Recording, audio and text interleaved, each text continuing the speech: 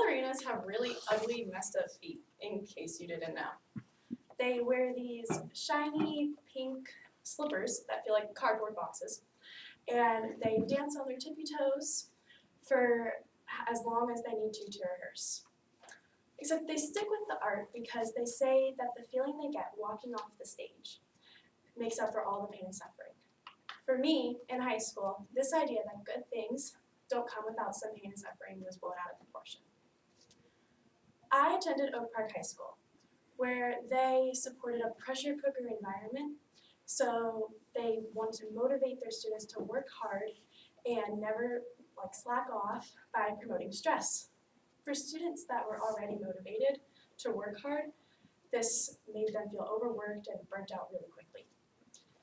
I was one of those people. In freshman year, I went to the counselor to talk about how I was feeling really burnt out. However, she just handed me a time management plan and said stress is normal in high school. That's one of the 3 things you would be told if you said you were stressed out at that school. Either you were too much of a perfectionist, didn't have the stamina to take the hard classes, or you just didn't have good time management. It wasn't their fault. So I don't really ask for help that easily. So being told that I was the issue made me kind of shut down and not want to make an issue anymore. By sophomore year, I would regret stopping the fight to not get sleep. I was working nonstop. I wouldn't eat lunch with my friends. I would do homework during lunch. I would beeline up to my room after cheer practice every night and do homework for as long as I needed to. I no longer was able to watch Grey's Anatomy. I wanted to go to the mall with my friends, but I always had something to study for, and I no longer had family dinners. September of 2016, my unhealthy living habits finally caught up with me. It was after homecoming week when I came down with a fever, and I thought it was just a cold. So I just took some Dayquil and went to the dance because it was the one time a year I allowed myself to see my friends, and thought I was okay, except that night I woke up with 104 fever. I was having this reoccurring nightmare that I still remember from sophomore year, and I was not okay. I was shaking. I was so cold. And I wound up in my parents' bed. So I just really was not okay.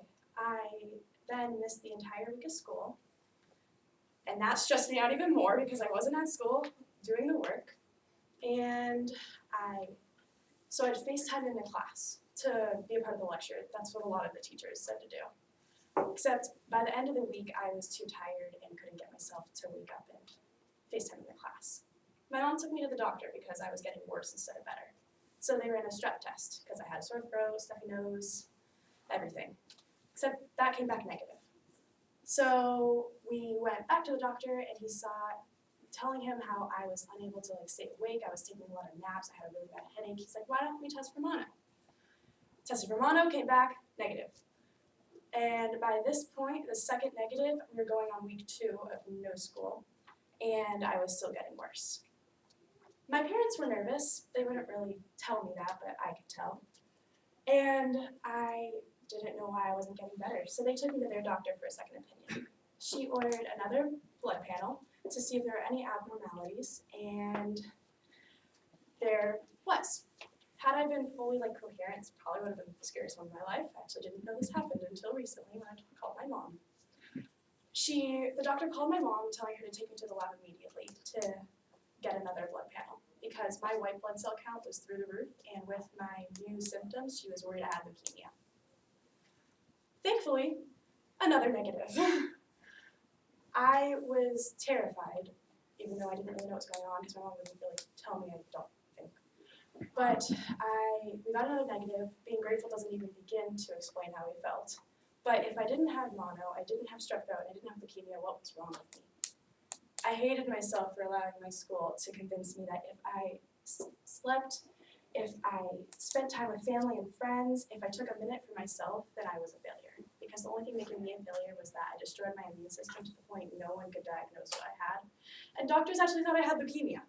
So, yeah. So from that point on, I promised myself and my family that I would never take my health for granted again.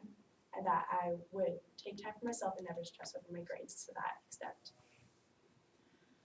At that time, I was almost out of school for an entire month, and I just couldn't handle it. I rested, I took time for myself, and finally, with my doctors all working together, they sent me to get my 5th blood test in the past 2 weeks to see if there was anything wrong, just to find something. I've never been so grateful to be abnormal. They found that my SED rate was elevated in the 5th blood test, meaning my blood was inflamed. And this could only mean one thing, that I had strep B. The weird thing about this is that strep B is only found in infants, and I was not one, but my symptoms aligned with strep B. So they put me on a medication for it, and I finally started feeling better. But not completely like myself, but I was able to stay awake, and my fever was going down, so I realized it was time to go back to school. My mom said there was no rush, but I was on the verge of being put on the hospital plan because I'd been gone so long. So I told my mom I'm ready to go to school, and she took me, and the moment I stepped on the campus, I remembered why I hated it there. The first teacher that I saw, I was barely even in my seat when he called me over. He just said, "Welcome back, here's a packet of all the work that you need to get done. And there's a test next week that you should probably start studying for because the one you missed will also be the same grade because I don't allow makeups under no circumstances." I'm like, okay. So I didn't hear one word he said during class, called my mom and told her to pick me up, and the moment I got home I started filling out an application to transfer to Oaks Christian. I was done. Having anxiety attacks on the way to school, crying in the bathroom, getting so sick that doctors think you have leukemia and not being able to diagnose you, those are not just blisters for ballerina shoes. That's dancing on a sprained ankle repeatedly until it breaks. Had I not shifted my perspective, I probably wouldn't be standing here today.